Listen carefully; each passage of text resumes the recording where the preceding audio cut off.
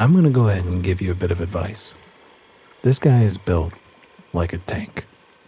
You're more than welcome to go up there because my name is Bennett and I ain't in it. But if you go up there, I'm just going by the laws of physics.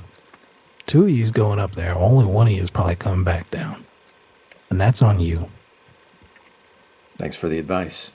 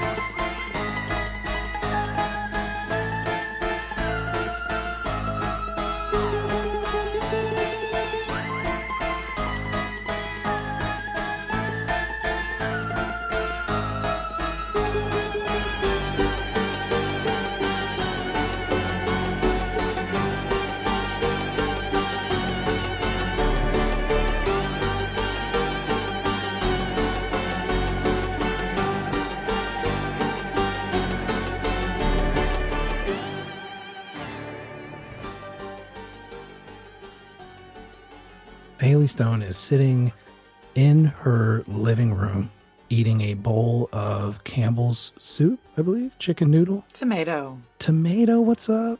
Tomato toast or no toast? absolutely with toast, yeah. Absolutely with toast. Hallie Stone is sitting in their living room with a bowl of Campbell's tomato soup and a slice of toast, watching television. And it's late, and a program just ended. And after a couple of commercials, the camera cuts to a man sitting in a living room. Fireplace is crackling next to him. He's in a brown suit. It's all black and white, so you wouldn't really know what color his suit is. It's like an old parlor, and his hair is balding, and he has a little bit of a comb over, but the hair is still dark, perhaps black even. He says, "Hello, one and all. My name is Howard Prince, the owner here at KTLU television station here in Los Angeles. I'd like to thank you all for being an audience of this television station. It is a great honor, and we try to provide you with the best in education, news, and entertainment programming. And tonight, we have something very special that I think is very important for you all to see before you start getting ready to go to bed. I think that every man and woman should see the following program. It was given to us by the United States government, and it could mean the difference between life and death. Thank you again. See you tomorrow."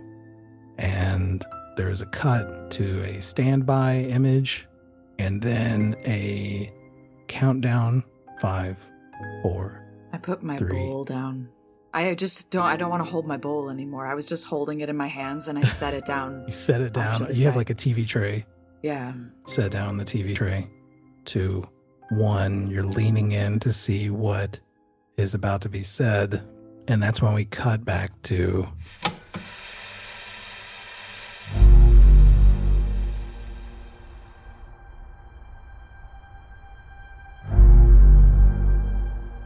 August.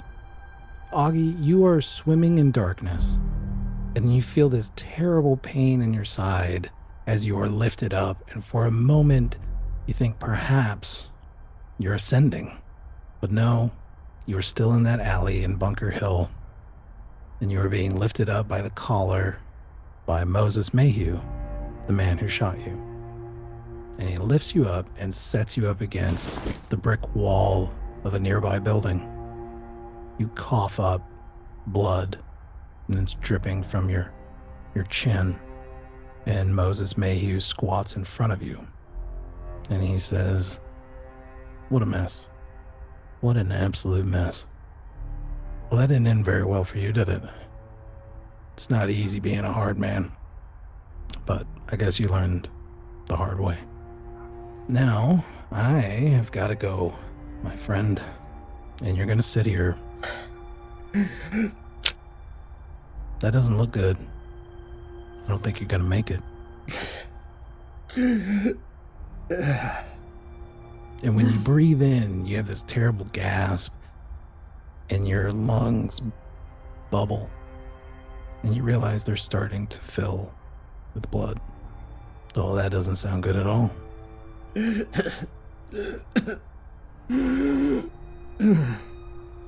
Well, and he opens up his jacket pocket and pulls out a little pad and he flips it over.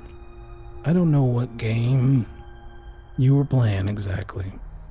I'm a little confused about it if I'm being honest, but the best part about my job is I don't have to know the game. I just know how to erase it. And if I can erase it, then the game never mattered to begin with.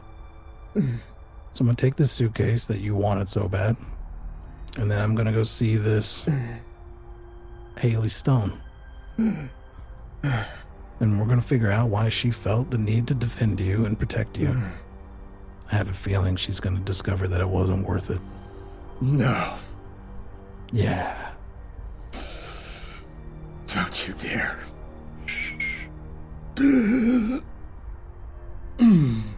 I think she'll be more amenable than you. Just my thoughts. You look kind of desperate. At least she has a real job.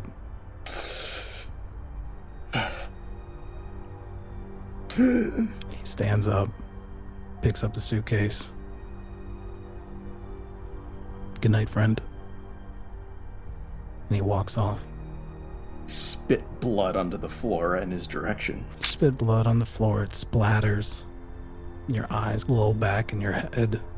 For a moment you can see in the windows of the apartment building across from you, people looking down and lowering their blinds. The blood pooling in my throat and lungs reminds me of all the different times, all the countless times I've submerged myself in water and was able to summon something.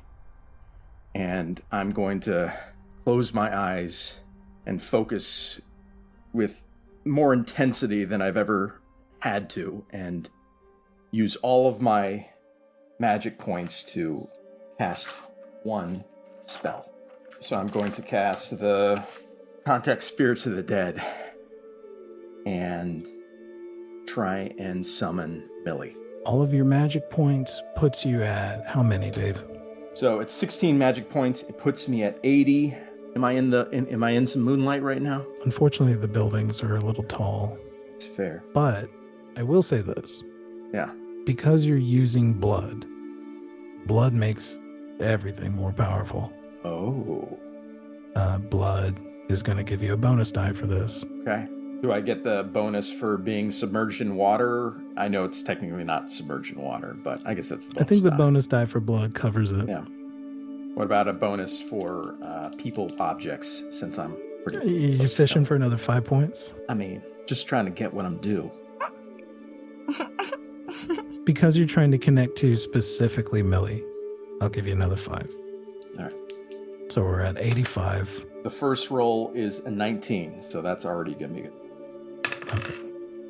Yeah, that's going to be the best one there. You breathe in and your lungs are already filling with blood, and there's only so much spirit you can bring into you. But you're trying to communicate something to a little girl that you have been with for the last few weeks, and tonight of all nights was the night that she wasn't there with you. And looking back, maybe that was a good thing. What would you like to say to her, David? I reach up to her and put my hand where I would see her cheek being, and I'm so sorry that I can't help you finish your story. I'm so sorry.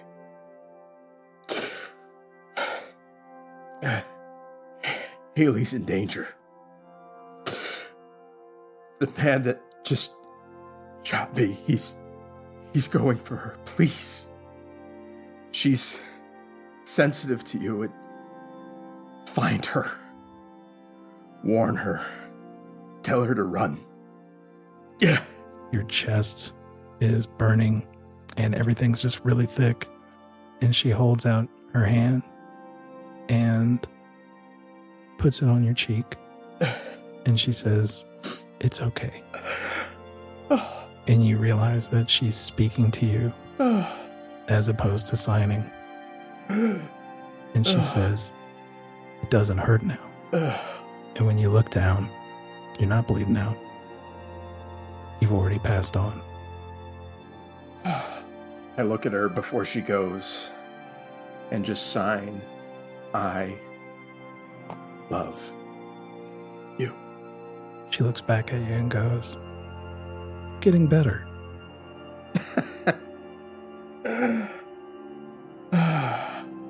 Better late than never. See you soon. And she takes off.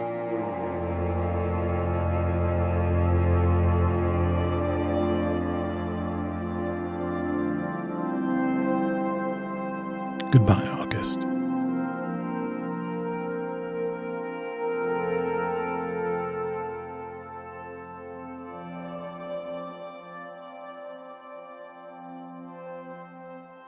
Hallie Stone is leaning forward, looking at this TV, and there is a man. He looks like very official looking. He's got a suit and tie on, but the suit and tie almost kind of looks like military. And he says, "It is up to the people of this country to ensure that they work hard to keep their communities clean. Not just their communities, but their homes, to ensure the safety of themselves, their children, their family, and their neighbors. And we have provided a video here to explain to you why it's important to practice good housekeeping." And what they show are 3 buildings in the desert. They are small replica houses. The one in the middle is starkly white with a little picket fence and looks very quaint, besides the fact that it's maybe 12 feet by 12 feet. It's enough for a room. The 2 houses on either side are in varying states of disarray. There's garbage on the ground. The wood is rotting. Neither of them are painted. The camera shows the insides of these houses, and there's magazines strewn everywhere. And the house in the middle, the White House, is perfectly well maintained. It's got a nice couch, 1 magazine sitting on the coffee table, a vacuumed floor. And he says, "Watch." And then there is an atomic explosion. And you see a flash of bright light as these 3 buildings are pushed by the winds and force of this bomb. All 3 of them are not looking great. However, the house in the middle doesn't burst into flames like the other 2 houses. Then the one in the middle, and they say, "See, this house is protected by a solid coat of paint and is maintained by the homemaker of the house." While the other 2 homes, well, you can see. It is important that you are diligent about keeping up the appearances of your home. It could mean survival in these uncertain times. Purchase quality paint, vacuum, and straighten your home. Don't leave dirty dishes out, and pick up any garbage you see on the sidewalk. While you're looking at this bizarre scene, you hear a tap on your window In the room that I'm in? from behind you. What kind of tap? Like, I know. It sounds like if I were to take like a sewing pin and press it up against the glass. I'm going to turn the volume down on the TV. I know I have to get up to do that. Sure. I'm going to try to do it somewhat nonchalantly, but I'm going to look very purposefully at the window. You go to the TV and you hear this guy say, like, now watch again in stop motion. And they're about to show this explosion again and the effects it has on the different effects that it has on each of these homes. And as the explosion is happening, you click, click, click, turn it back down again. You turn back around and look at the window and you hear very clearly the tapping, but you don't see anything. What's the weather like outside? It's much like the night before, the 2 nights before when you guys were at Zelda's house. It's a little cool for LA at night. I will go over to the window to look closer. As you get closer to the window, you feel very cold. You feel your hairs on your arms start to stand up. This feeling is familiar. It's very similar to when you were standing with Augie at Zelda Grantham's house, and he said there was a little girl by the telescope. I tap on the glass a couple of times. You get up close to the glass, and you tap on it, and you hear the tap back. The same number of taps that you do, it does those back. From which side of the glass? You're not really sure. Like, it just feels... Actually, it kind of sounds like it's on the inside with you. I am a little startled at that. Sure. And I step back from the window and I say, hello? Tap, tap. Tap, tap, back. This time when you get close to the window to tap again, you can see your breath. And you're now noticing that there are parts of the window that don't fog up. I breathe all over it. And you immediately see a message that says, "Bad man, run." I am not going to argue with that, but I do have to tell you, I gotta rinse out my soup bowl before I go. Because of what just happened? Yeah. Honestly, yeah. Can we do a sanity check? Absolutely. Feels about right. Oh, no. I super de-duper failed that. You're going to lose 3 points of sanity.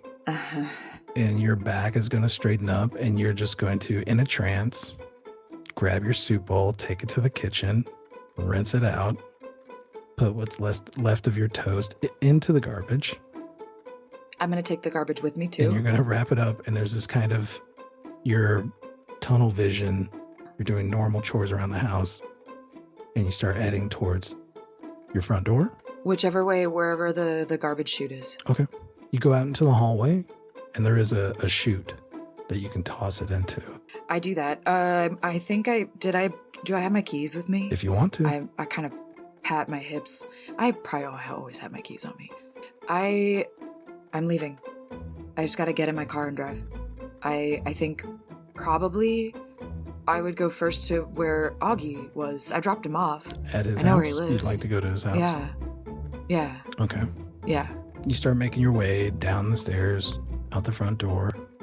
You look around, and the sound of traffic, cars, of people are almost startling because you were in such an isolated environment. It almost felt like you were by yourself, like the only person on planet Earth. And now you're exposed, right, to just humanity. And it's suddenly overwhelming. It comes at you in a wave. And the only anchor you have are the keys to the car, right? That's your sanctuary, is the car. Mm-hmm. So you start heading towards your automobile, the one you've been borrowing from. Oh, I have a car. I won it in a drag race. Oh, sick. All right. You go to your drag race car. Fuck yeah. It's not a drag. It's a nice car. That's how I started driving people around. Sounds good. Get in your car and you go to pull out of the parking lot. You get to an intersection. I need you to make a spot hidden roll. Okay. Lower. 35. That's a win. Yeah. You are sitting at an intersection, red light. To your left of the intersection, this car starts to make a right turn, which means it's going to drive right past you. Mm-hmm.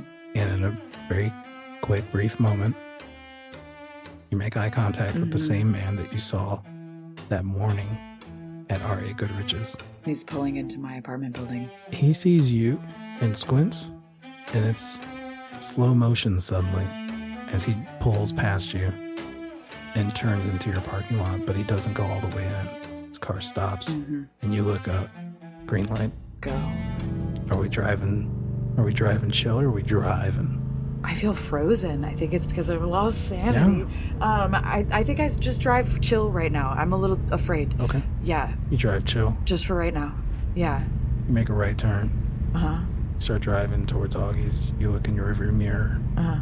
And you see a car quickly making the same right turn that you did onto the street. How fast is he driving? Not very. Uh-huh. The turn looked a little fast, but once he got on the street, he slowed down. I want to try to lose him without raising any red flags. How would you try to lose him? Like, describe I would try what it would feel like to lose this guy. It would feel like driving at okay, so what I'm imagining, well, it's also like, what time of night is it? What's the traffic like? It's kind of light because we're late. So we're after dinner we're kind of about the time where people are starting to go to sleep. It is LA, but like people want to get home, and it's not the kind of LA that we would think of today. But it's still like there's other cars on there's the road, cars, right? Yeah, it's just not. So I think we're on Sunday, I think. Yeah, my main tactics are going to be to put cars between us, usually by like doing those like quick where you rev up and you like get into a spot that shouldn't really fit you, and like you like go in there, and then like combine that with like just making lots of really random turns, like turning to the right, like crossing all these lanes of traffic to go to the left as quickly as I can, but not driving in like a panicked way, like a purposeful way. Like I know where I'm going, but it doesn't really make sense. Okay. Does that make sense? Is that just driving, or is that like a navigational thing, or what do you think? It feels a little bit like both, because like I would rely on the knowledge that I have from driving people around too, of like, is there a back alley that I can quickly take to like cut over to the next road? I don't like that face that you're making right now. What is happening? Your pick. However you'd like to do it. Well, if you're gonna ask me like that, obviously, and drive auto is my my higher stat. So. All right. So this guy's trying to keep up with you, and I'm going to tell you right now. I rolled a 3. Shit. But you stalked your drive auto stat beyond 100%. Yeah, well, yeah, but do I still have to roll better than a 3? You don't have to roll better than a 3. You just have to get the same kind of success. Oh. So half of what is your drive auto? It's ridiculously high. What is it? It's 130. So half of that is 65. Right. And then a fifth 22. 22. Yeah. See, this is why I stacked it, though. Yeah, I mean, it's kind of paying off. It's not the best odds, but I mean, we'll see. David had way better odds last week. Don't say that to me. My God. Oh, he had a 94% survival rate. Yeah. Oh my God. You're Don't, my dice can her. hear you. God. You got Don't this, guys. You got. Don't listen to him. How? I rolled a 5. Oh, get out of town. Nice. I rolled a 5. Yes. Sick. All right, perfect. Perfect. So that is beautiful. you are weaving about, and this guy might be good, but he's not Hallie fucking Stone. This is you live this life. He may live his life, but he ain't got this shit. Not at all. And you're able to whip around, and before you know it, you've been able to not only lose him, but go to Augie's house at the end, like you were able to figure, like having only been to his house once, you were like, I can whip around this way and circle around and I'll get to where I want to be at the end of this. And as far as you can tell, he is not behind you anymore. And you pull up to this very small apartment. I'm not going to spend a lot of time here. What's it look like from the outside?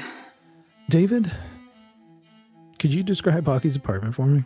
I mean, it's a very modest place that looks like someone doesn't spend a whole lot of time there. Just like a bed and a table and, you know, not exactly the most cleanly, but it's dark. It's just kind of garden level, small place. Are the lights on? No. I am going to... Can I stash my car off the road? Sure, yeah. A little bit? But not too far away. Yeah, it's maybe halfway down the block. You find like a little alley that the garbage trucks use. Yeah. I don't know if that's how it works in LA. Sorry, LA folks, but That's how it works tonight. Okay, in this neighborhood, on this block, in 1955. Anyway, okay, yeah, so I stashed that, and I'm gonna sneak through the backyards to get back, and I just want to tap on the window. Get a tap back. And I tap again just to confirm that what I want to do is like tap and then like feel on the window pane when she taps back to see if it's on my side or the other side. It's with you. Okay. I just had the impulse to break the window. Do I have to? That shit. Is the door open? Can I try the handle real quick? It is locked. Okay, well, then I'm gonna... Because you said you wanted to break that window. I did. I had locked. Yeah, I want to... I do try the handle, though, but then I'm wearing a leather jacket, and I use my elbow to, bash the window in. Yeah, you do. Yeah. Crack. And I want to go in there real quick. What skill would that be? Oh, boy. I just want to know how long it's going to take for somebody to... Sorry. How long it's going to take for somebody to show up and be like, what are you doing? Yeah, good point. Well, there's stealth. Stealth would be it. Oh, that's better. Okay, I like that. Thank you. Stealth is great. We got this, dice. We don't got this. I rolled a 41, and I just have the base stat of stealth. You can tell that it was louder than you wanted it to be. You're like, God damn, glass breaks loud. And shit. It was not like this in the movies. Damn. And you, so you crack the glass, reach in, undo the lock, open the door, and you know that it was loud. You know, you probably don't, like, that puts you probably on a little bit of edge. Like, whatever it is you're going to look for, you need to find it. Yeah. You get inside. I get inside, yeah. What's it like? It is a pretty modest apartment, just a chair, fridge, table. You do see a bedroom that has a tent made from a sheet on a clothesline and some blankets and a pillow inside. Like, there is a bed, there's a regular bed, and at the foot of the bed is this makeshift sheet tent. That's odd. But it doesn't look like there was a struggle. There's no, bodies around or anything. Right. Okay, I gotta go. David, what are the odds that she sees a book? Well, I think she should do a spot hidden, if you ask me. Okay. Look. 35 again? I promise you that's actually what I rolled. But yeah. That's the second time on spot hidden. That's crazy. Yeah. Oh, wait, I passed that too. Let me mark that on my sheet. Mark that. Tests today. Wow. I think we might be, I don't know, we might be getting to a position where I'll let you guys level up some skills. Yeah.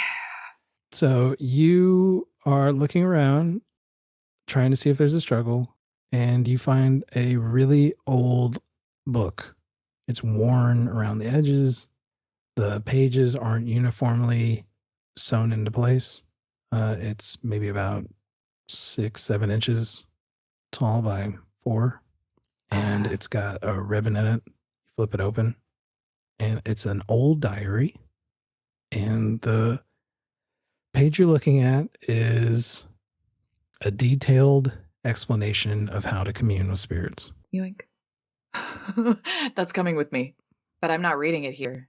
Hockey's not going to need it. Well, I mean, if he needs it, I will give it back to him. Casey's running. Maybe he doesn't have time to come back to his apartment. I know that Moses Mayhew was looking for him, which is Yeah. another reason why I have to leave. You don't want Moses to find us. No. Absolutely not. Well, that worked out. Yes, it did. You quickly get out and you can hear somebody at the front of the house going, I heard something. So you're going out the back door, Oh, yeah. climb up over a fence, rush over to that alleyway where your car is, turn on the engine, Check in the back seat. check in the back seat where the guy is with piano wire is going to strangle you. Ah, maybe. Nope, just kidding. Okay, start your engine. Where is Hallie Stone going? I'm going to Indio Hills. And so you pull out of this alleyway and you start driving down the road. And you know the exit out of this town. You're going to fill up some gas. And you're driving all night to Indio Hills.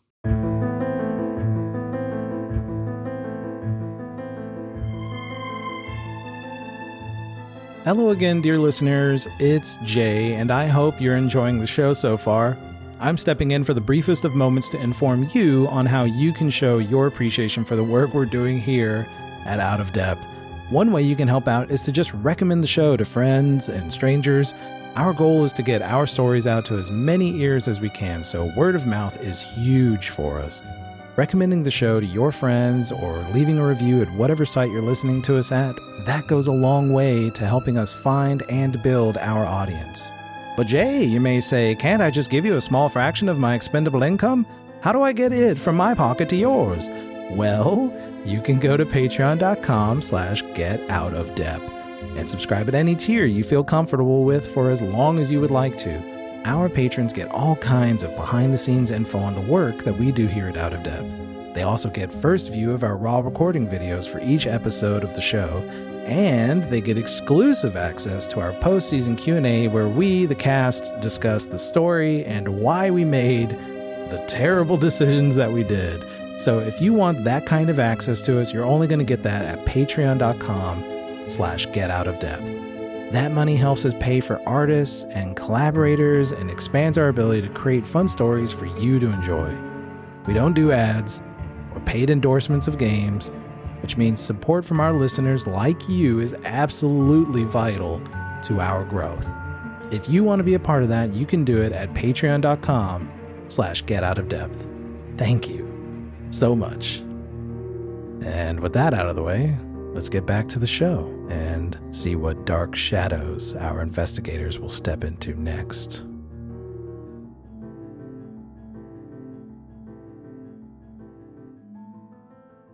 Hallie Stone, you are driving down a desert road. It's in the middle of the night. Your headlights are shining bright, and the amount of traffic that you're seeing slowly starts to dissolve to where it is you on the highway and just you, and you're heading to Indio Hills. It just so happens that a lot of the time frame in which everybody has operated has been a different, and we might be able to meet you guys up at some point. And I think that is determined by how quickly you can get to Indio Hills. And I think the best way to do that, you said the best way to do this is to have you do a drive auto roll so we can figure out how long it's going to take you to get there. So let's go ahead and get that drive auto roll. We got this. If there's anything we got, it's this. I rolled a 63, but that's under 50%. It's just under 50%. It's still a hard success. Okay. Yeah. All right. Okay. All right. Joanne Lamour, you are sitting in the lobby of this hotel. You look at the clock and it is 2:30 in the morning, and Lewis is coming out with a cup of warm tea. He's still in his red onesie pajamas, and he sets the tea down in front of you. Oh, thank you, Lewis.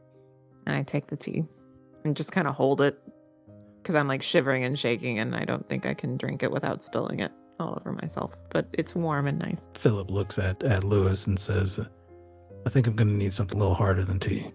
And Lewis gives him a nod and pours a little whiskey into the tea, and hands him a mug. And the two of them sit down, and everybody's kind of lost in thought for a moment as to what they saw. And maybe you're trying not to think of what you saw because it was too horrifying for words. Whether you're thinking of it or not is irrelevant because you're both, all three of you, are startled back into the real world when you hear a creak coming down the stairs. Enter David's new character. I got a bit something stronger for you if you need it. And I open a flask, go over to Lewis, and hand it to him. And he says, "Oh, thank you. I'm sorry if we woke you up. Sir, I know you needed your sleep. I promise it's not usually this loud." Oh, it's quite a commotion. I'm a former detective, so I always have to have a curious mind and investigate and see what's happening. Sorry, Detective.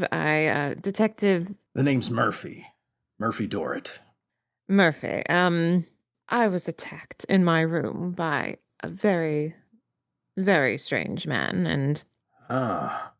I was just about to call the cops, says Lewis, so they could take care of it, but I forgot that we had an investigator here. He That's right. We should probably still call the cops, or... Well, why don't you tell me a little bit about what happened here, and I can try and see if I can assist here. Well, there was a strange fella, and he got into Miss Lamour's room. I don't know if you're familiar with the moving pictures, but this is Miss Lamour, and she's a pretty big star. I haven't watched a movie in about 15 years, but I think I still remember your face from when you were younger.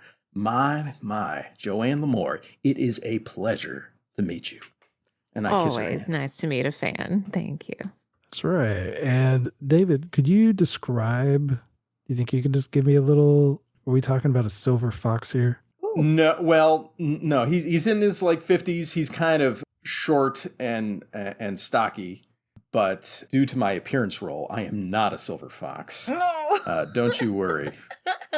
So yeah, I have like a scar kind of above my eyebrow here, and am kind of look a bit older than I actually am.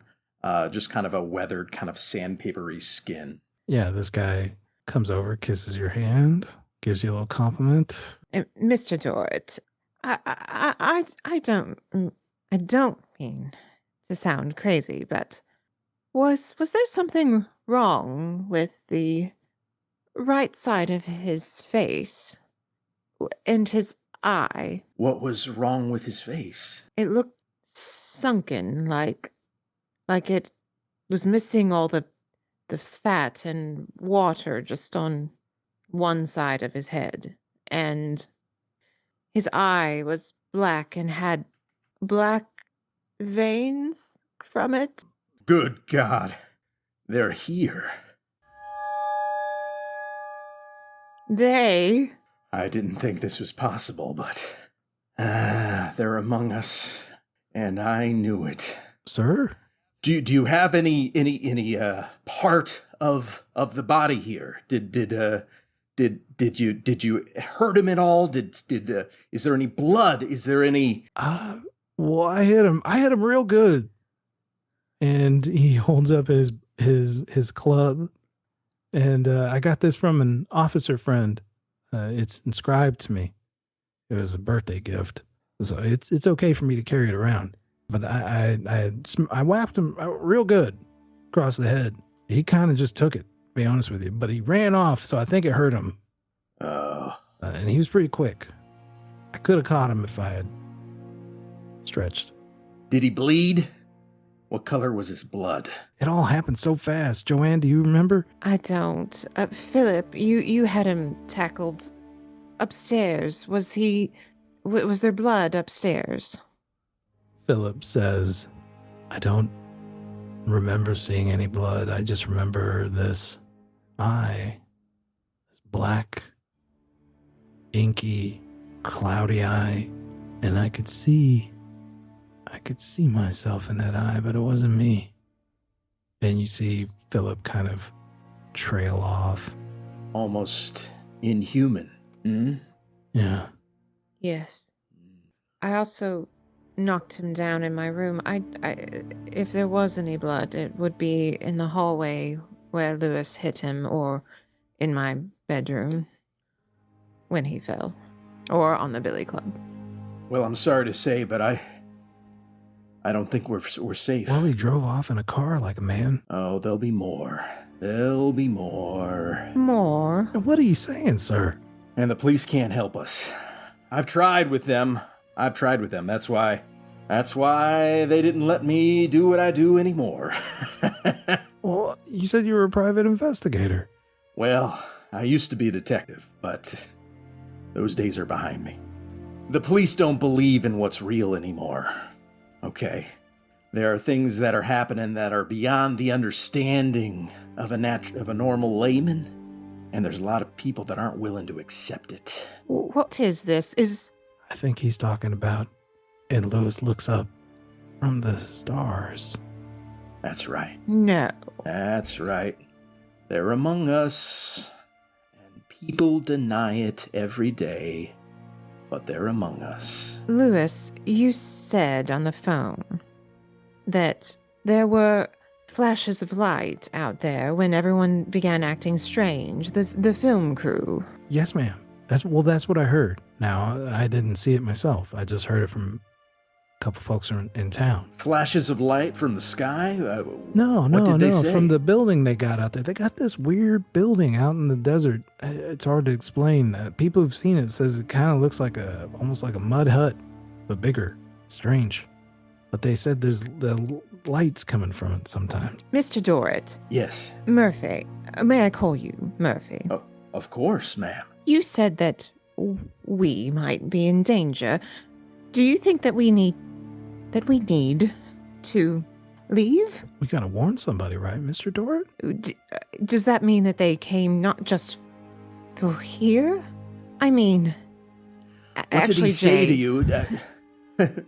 Yeah. I was just thinking that. I'm like, why? Like, was my room closest to being accessed? Was there anything like? Because I think Joanne's been in this case of like, she's Joanne Lamour, and now we're talking about aliens. Aliens wouldn't care about Joanne Lamour. So Lewis says this, Miss Lamour, maybe, now that film crew was here, and then them people started acting real strange.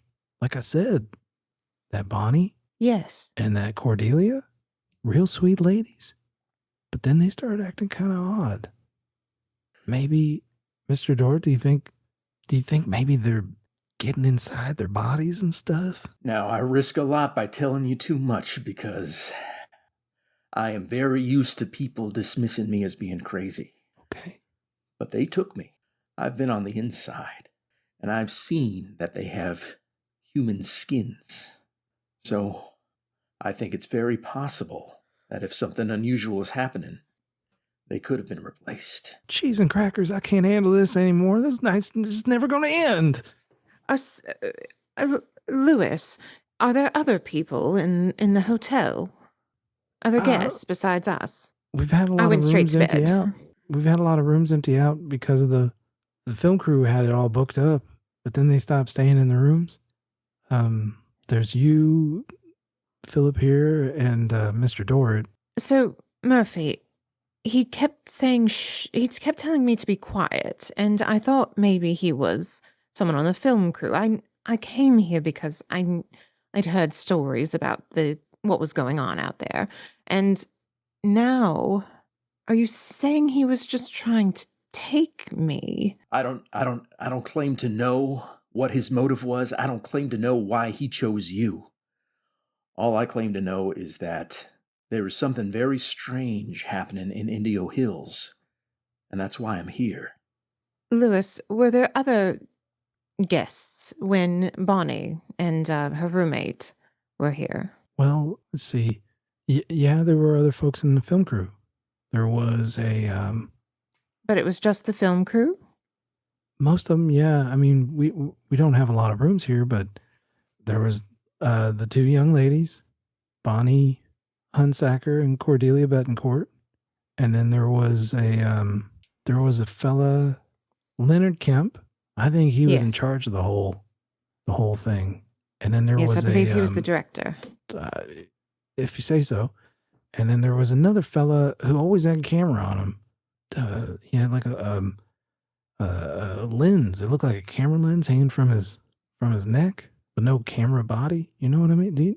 I don't know what those are. He just had a camera lens. I don't know if that means anything. Is that the DP or Probably the cinematographer, yeah. the cinematographer? Yeah. Okay. And his name was Joseph. We called him Joe. But we had him, and he goes over to the desk and he flips over the page. Gilks. Joseph Gilks. And all of them were acting strange. Man, I'm thinking, and I know the right side of that guy's face was all messed up, but I think it was that guy with the camera lens. Now that I'm thinking about it, because I kept looking at the eye. You know what I mean? I wasn't paying attention to the rest of the face, and maybe that was him? I don't know. The Mr. Dorrit here's got me all turned around. I'm starting to think they're snatching up bodies and skin suits. I'm getting the damn heebie-jeebies. That's exactly what they're capable of. And is there any other hotel in the area? I don't feel like we're safe here. I mean, there's another inn. It's about the same as this one. But I got a club. You guys can stay here. I'll keep you guys safe best I can. I mean, now that we know what we're looking for, I'll stay up all night. I don't think I could go to sleep anyway. Well, I advise we stay together and sleep in shifts because someone may come back. Okay. Oh, it's 2:30 in the morning. 2:45. I don't. 2:45. Yeah. I don't know if I can go to sleep, but I also know that Philip, you're not in any state to drive at this point. And of course, I'm not either. As you guys are sitting there for a moment, trying to think of what to do next, outside of the inn, you hear a revving engine. God damn, they're back! He probably brought his freaky friends. And he holds up his club. He goes, "Get back, Miss Lamour. You paid for a goods night stay. I'm gonna make damn sure you get one." And he goes up to the window or the door. He stands about 3 feet away from the door. And you can see that you hear the engine cut off. And you hear footsteps coming closer to the door. I draw my gun. Oh. I think I get down behind the desk or something, or behind wherever I can get down behind the desk from not getting hurt. The door opens and it's Hallie Stone. Haley! You know this woman? Miss Lamour, what are you doing awake? Oh my God. You know this lady? Haley! I go up and I go and clasp you. We've never been that kind of. I don't think we've ever hugged before. We've never hugged before, but I'm hugging you now. Miss. Oh, Haley. It's just terrible. And Lewis comes up behind you guys and closes the door, locks it. He looks out. Did you see anybody else out there? I lost him. You lost him? You saw them too. Moses Mayhew is on my tail. Oh. What are you talking about? Oh, I was attacked tonight, and Philip and Lewis here have. Dear God, I don't think I can do this. We have a little musical interlude that says Gail downloads all the information that we just discussed into Tara. Yeah. My name's Murphy. Murphy Dorrit. Well, there was a strange fellow, and he got in Miss Lamour's room. I doubt him. He sounded crazy, but... Was there something wrong with the right side of his face? What was wrong with his face? His eye was black and had black veins? Good God, they're here. Oh, there'll be more. There'll be more. More? What are you saying, sir? That's right, they're among us. God damn, they're back! They're probably brought his freaky friends. I draw my gun. Haley! And I look dead at Murphy Dorrit, who I'm assuming introduced themselves. Yeah. Oh, yeah. Yeah. And I say, "What do you mean they're here? How long have they been here?" I don't know too much because no one will help me dig, but they've been here for years. You said they took you? They took me, yeah. And I lost everything, trying to find out why, trying to find out how, trying to find out what they want. But no one will believe me. Sir, I believe you. Haley, have you had an experience with them? None of my own, but I have my own theories. I never seen one myself, but I've done a lot of thinking and watching. Well, I know I've never believed in any of this and thought it was just a mass hysteria, but I have nothing that could possibly explain what I saw tonight, whether it's aliens or something else. Communist? Something worse, honestly, but... Okay. Did you get Mr. Straume? Oh, no. I spoke to him, but he was gone. I sort of look around myself, kind of absent-minded, realizing that I'm wondering if I've brought the spirit with me. But I shake it off real quick and I say, I was contacted by someone that Mr. Straume said he could speak with, but then he couldn't. It was a very weird thing. You weren't there. I can't explain it. But I don't know. I got a bad feeling. I also got this book, which he left in his apartment that I may or may not have broken into. Oh, well, I didn't hear that. Oh, I mean, I didn't. And I just put the book on the counter. And I look at it. Looks like an old diary that predates the 1900s. Kind of flip through it. Yeah. There's a ribbon in it that takes you to a page that is somebody's handwriting, details these old revivals that used to be done in the South, where this individual would communicate with the dead. In the South. Listen, it's really interesting that you brought this book and everything, but what are we doing here? Because I'm all turned around, to tell you the truth, Lewis says, and he just kind of holds his hands out, standing there in these red onesie pajamas with a club, and he goes, sitting here in my night clothes in front of two ladies, and I'm just so sorry. I know that Philip and Lewis, you must be exhausted, and I'm so grateful to you for everything that you did for me tonight, and but I cannot comprehend any of this. My mind is aware, and why would they do something to this film crew? And Lewis is here the whole time, and he's not touched, and I know he's not touched. Why would he have hit his own fellow with a billy club? And why me? Why didn't he go for Philip, who was right there? Why wouldn't he go for Lewis, who was right there? What? You must have been the one he was trying to replace. I'm just working at it in. And no offense to you, sir, but you just drive this lady around. But Joanne Lamour, maybe they're looking to replace you. Oh, dear God. Maybe that's why they focused on the film crew. Well, clearly, we have to go to that film set. There's something not right there. Clearly, we need to find some way to rest tonight. Wherever or whatever we do, I can't think straight. I don't know that I can sleep, but surely I'll pass out eventually. I think that's a good idea. And then in the light of day, we'll have to see what shows its face. Everybody decides that they're going to rest. I'm sure that some of you rest lighter than others, or not at all. There really should be a roll for rest in Yeah. in It's Cthulhu. called a constitution check. Oh, a constitution check. Yeah.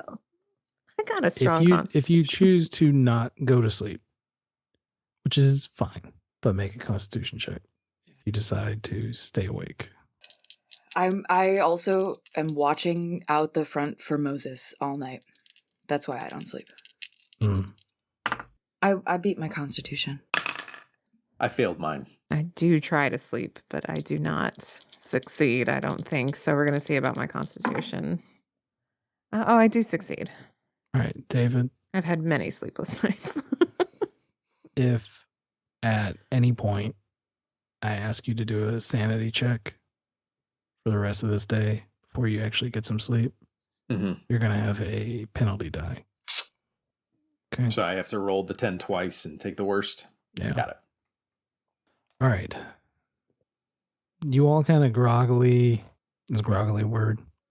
Yep. With groggy eyes, weary minds, you make your way back into the lobby, the front desk area of this inn. This time, Lewis is dressed in overalls and a white t-shirt and has coffee brewing. I'm in the lobby. I've been there all night. You've been there all night. Mm-hmm. While you're watching the door, like Lewis just kind of comes into your peripheral and hands you a mug of coffee. I think I did the same. Like if there's like an armchair or something in the lobby or a sofa or Sure. something, tried Sure. to kind of get comfy on it, but Slumber party in the lobby. Cool. mm-hmm. What do you want to do? What is today? The first thing that I say as soon as I see everybody awake is, I've been thinking, and we're going to need some weapons. Weapons. Oh dear. Philip, we have a handgun in the glove compartment. Well, I have a gun and a switchblade myself. Oh, that's right. There's a bloody pocket knife over there. I dropped it on the floor behind the counter, and Wait, there's blood on the... Oh my God. I hear you say that you dropped a bloody pocket knife, and I go and I pick it up, but I gotta clean it up. shouldn't.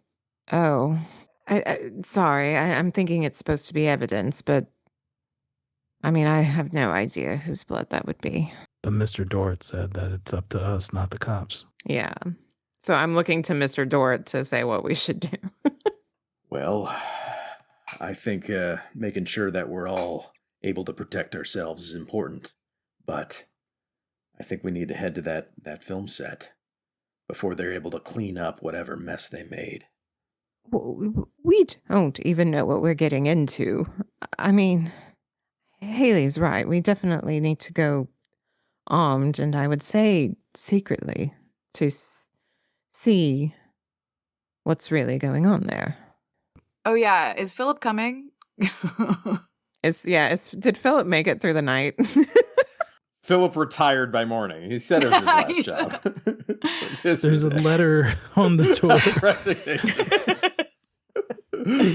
You know, I think I take him aside and say, Philip, Haley's here. She can drive me.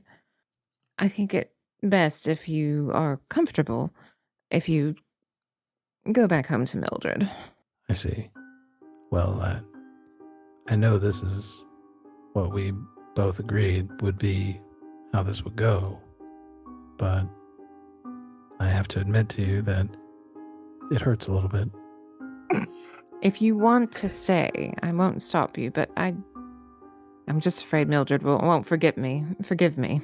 It's best to break it off clean. It has been a pleasure serving you, Miss Lamour. Oh. And Philip walks by you both, stops at Haley, puts an arm on Haley's shoulder and says, "Take good care of her." I just nod. I follow him out the door to go get the gun from the glove compartment. Oh, you're taking that. Okay. That's good, though. Yeah. Oh, do you think you might need it on the I'm road? fucking You're terrified. right. Yeah. Yeah, no, Yeah, I'm I'll scared. leave it with you. I can get one. Philip, Yes. and I blow him a kiss and close the door. Philip drives away. Goodbye, Philip. You served your purpose well. You served your purpose. I wish I could say I would miss you, but you came into this world a bit of a bastard idea, and you're going out the same way. You two do belong on movie sets, don't you? Is there any way we can go there without arousing too much suspicion? I mean, if they're aliens, I don't know. Well, I think in either case, Miss Lamour, you're the one with the clout here. You're a good friend of Zelda and Walter's. Oh, yes. You're well known in the world here. Walter. He was out here. I've completely forgot about why we even came out here, and it was because Walter was acting so strange and the whole Bonnie thing. I mean, we were looking for Bonnie. And I mean, if she's still here, which she should still be here, But was Walter affected? I mean, I haven't seen him like that. I don't spend a lot of time with Walter, but enough to know that he's never like that. Who's this Bonnie that you keep talking about? She's a actress that was on the film. Bonnie Hunsacker. And Walter is, says Lewis. Walter Lamb, the movie star. Don't tell me that. He was just here. Was he acting strange? He was acting strange when we saw him. Damn it, he did. He seemed fine, and then he went out there for a couple of days, and then he came back, and he was... he left without even saying goodbye or nothing. I mean, he just pulled out of here wild-eyed and upset. I just thought he was mad about something. Or Walter Lamb is a national treasure. Oh my God.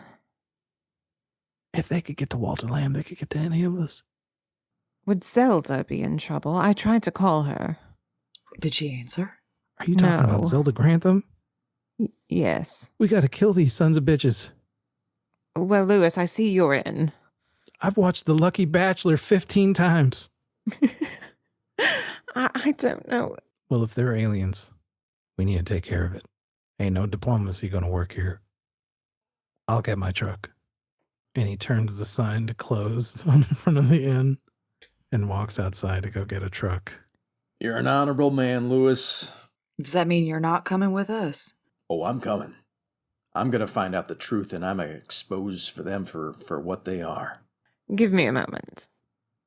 I need to put on my face and be Joanne Lamour, the star, on set. So I come out with the fur coat, jewels, sunglasses, like the sun hat for the desert. Lewis pulls around this impeccably dressed Joanne Lamour, ready for the day of being Joanne Lamour. Steps out onto the street. Lewis is going to drive his truck. Does everybody want to get into his truck? Or Hallie Stone is going to drive her car, right? Yeah. Yeah. Absolutely. And I'm showing up in Hallie Stone's car. You can ride with me, buddy. I'm with you. Lewis, it's a good name. My mom almost named me Lewis. All right. You guys start to drive outside of the Indio Hills town proper. And you start driving further towards the actual Indio Hills, the mountains. And the desert is now taking hold of you. Like, you start to see less greenery and less civilization. And you get to a point where Lewis stops his truck, pulls off on the side of the road, and Hallie, you pull up behind. And he says, up over that hill there, tucked back behind that hill, that's where they said they were at. We'll have to walk a piece, but are we ready for this? How can you be ready for something when you don't know what's going to happen? But we have to go. All right. Here's the parts. Hallie, you're my stunt driver. Murphy, you're my security. Yes, ma'am. And Lewis, they know who you are. So you came along to give directions, and I invited you along as a fan. I've never been on a film set before. Correct. Everybody, we're happy to be here and wanted to check on Bonnie. It's always strange hearing you. It's always strange hearing you talk about a Bonnie. I got a Bonnie.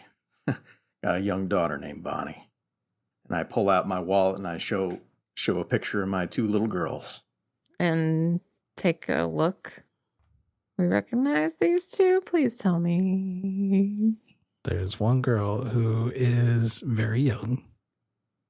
Maybe this picture is from 5 years ago. So early teens. But it looks a lot like the girl whose headshot you just saw a couple days ago. Which one is Bonnie? Well, that one right there. The older. The younger one's Elizabeth. And when did you last talk with Bonnie? Oh, so I can't say I've talked to them for quite some time. Because of your experience? When I say I lost everything, I mean I lost everything and everyone. Haley, you recognize this girl, yes? Huh?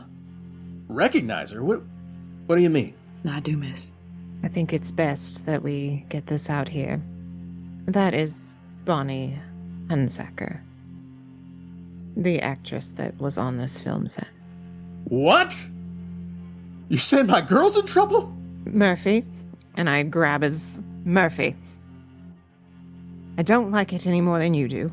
I don't like any of this. I'm about to panic, but you can't. You have the experience here. I don't have experience with my daughter being in trouble. I sure don't have experience in that. We need information, right? That's what we came here for, to find out what they're doing, right? And then we also have to find out where Bonnie, your real Bonnie, is, or what's happened to her, right? Right. We gotta play this smart and as hard as it may be. But I'll tell you what, if they've harmed my little girl, heads will roll.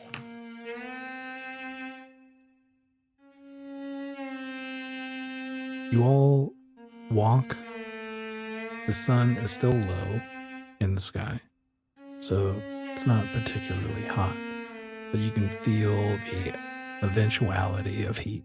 You get over the hill and you look down and you see this large building has a flat roof, and it looks like it's built out of a patchwork of aluminum and wood, and it is covered, held together with mud, almost like this flat, kind of rounded, not quite circular building with a flat roof. You don't see any signs of people here. There are no other cars. There are no other trucks.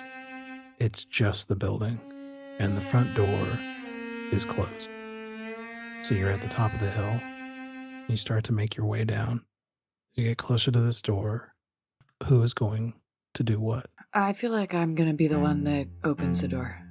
Like I'm gonna hold it for Miss Lamour. Or maybe it would be the security guy. That's your role. Yeah, and I have my hand at my holster ready to leap into action here. You reach out your hand, and this door is held into place with a makeshift, it's like a wooden slat that can be manipulated and swing into place onto a latch.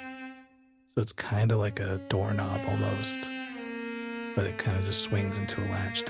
It can lock the door, basically, from the inside or the outside. Mm. And you raise that latch up and swing the door open, and the light behind you floods into this building. And you see in the center of this building, in the center of this room, it's one room, it's still dirt floors. And the dirt at the center of this room is dug out. You see a pit in the center of this room. And the light shining in can show the walls. You see, it illuminates the walls.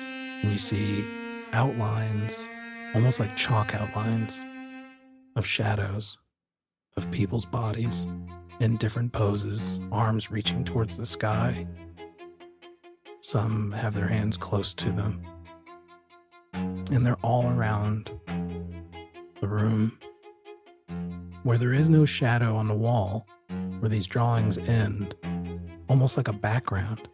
You see a mess of geometric shapes all along the walls, filling in the rest of the space, drawn in, no rhyme or reason. From the center of this pit, you see a hand grab a hold of the ground, and then another hand And this face emerges as the man from the night before pulls himself up into view, his eye black and glassy, his face still bruised and wounded from the attack. And he says, "On behalf of Diocles, I welcome you."